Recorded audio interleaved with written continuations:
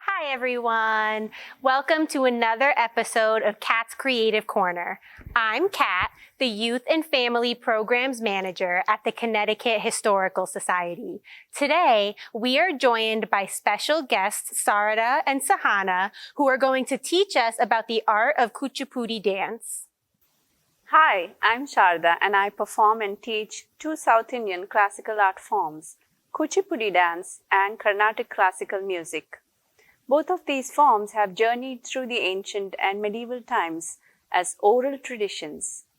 All art forms were influenced by political and socio-religious elements of the Indian subcontinent.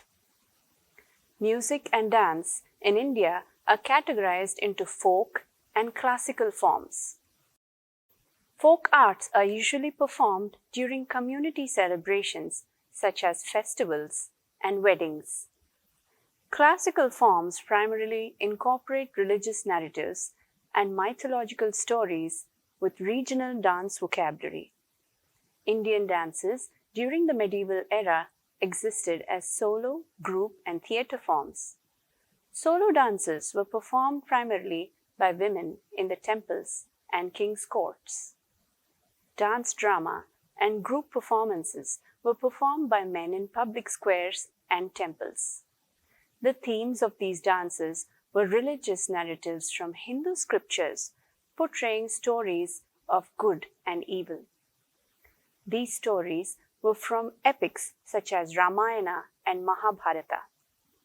Towards the 6th and 7th century AD, two themes dominated the performing arts landscape: songs on spiritual love between human and divine, songs extolling kings or patrons where kings and gods were often juxtaposed.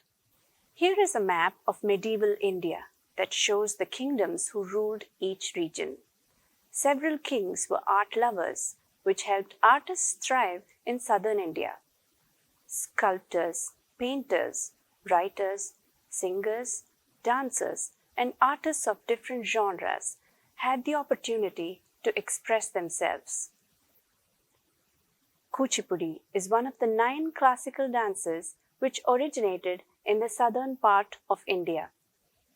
The name of this dance form comes from the village Kuchipudi, located in South India. It developed as a religious art linked to traveling bards, temples, and spiritual beliefs, like all major classical dances of India. Here is a picture of a dance troupe performing in the village square. Kuchipudi dance uses a lot of hand gestures. We create rhythm with our feet and do storytelling.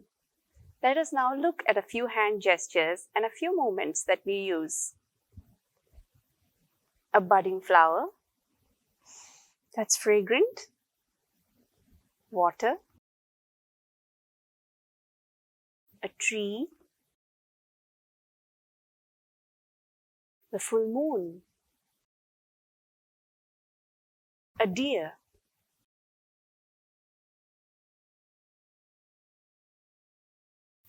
let us now look at the first lesson that we usually teach the students. This will involve rhythm with the feet and hand gestures. Ready?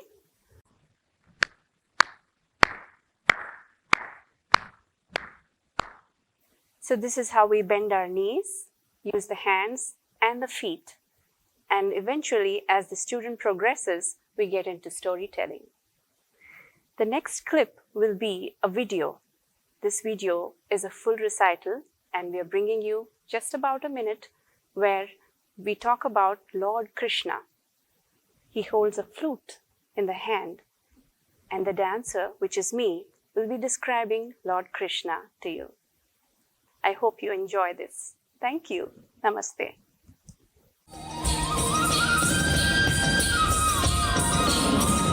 Krishna was dancing.